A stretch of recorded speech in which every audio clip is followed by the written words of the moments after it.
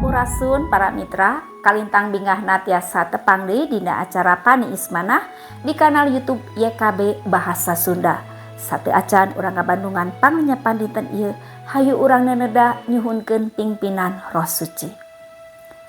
Nun ama nu linggi di sawarga, abdi sadaya nyuhunkeun pingpinan Roh Suci kangge nuyun abdi sadaya dina ngalenyepan pangandika Gusti.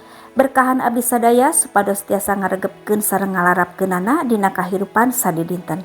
Paneda ieu disuhunkeun di lebet asmaning Gusti Yesus Kristus. Hatur nuhun Gusti. Amin. Para mitra, lenyepaneun urang dinten ieu dicutat tina buku renungan wasiat anu dijudulan Narekah Hirup Suci. Dumasar Serat Tesalonika nu kahiji pasal 4 ayat 1 dugi ka 8. Sareng sujanten puseur panglenyepan urang nyaeta ayatna nu ka-7 anu unggalna kieu.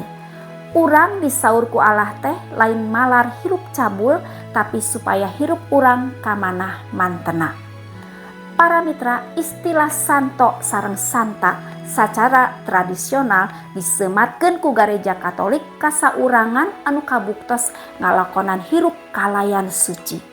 Istilah ieu sacara etimologi akarna tina bahasa Yunani hagios anu teras diterjemahkeun ka bahasa Latin sanctus, dina bahasa Inggris mah saint, nu mihartos suci. Para mitra, kasucian, sanctification, sanctificatio, hagiosmos ieu pisan sikap anu ditandeskeun ku Rasul Paulus sangkan dihirupan ku jamaah di kota Tesalonika. Hirup suci ieu sacara spesifik, sacara khusus diarahkeun dina hirup sapatemon ulah ingkar tina susila nu harita nuju seueur di kota Tesalonika. Umajak sacara pastoral ngalangkungan serat ieu kalintang penting ditegeskeun margi hirup sapatemon sanes sareng pasangan laki rabina janten hal nu wajar harita.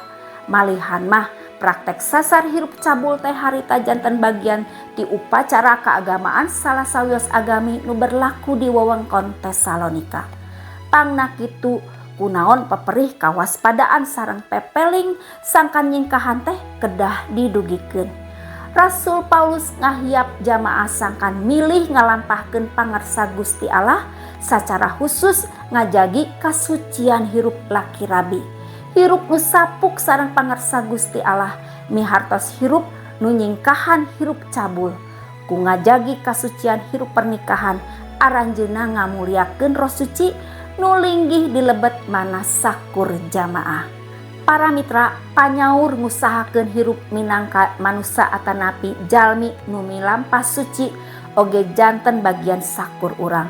Nikah lelengohan atanapi teu nikah urang diajak dihiap kangge ngamuliakeun Allah ku cara ngajagi kasucian.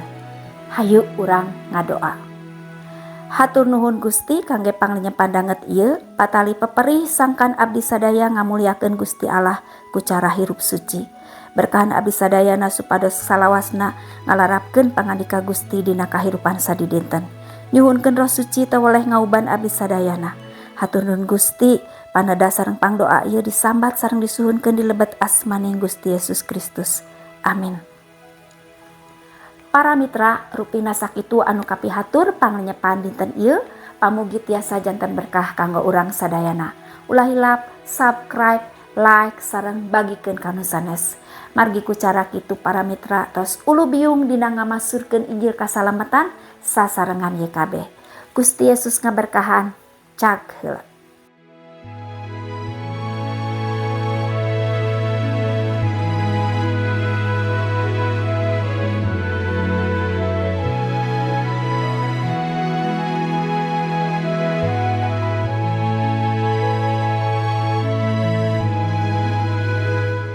Sahabat, mari dukung pelayanan dan pekabaran Injil melalui YKB dengan membagikan link acara ini kepada sebanyak mungkin orang.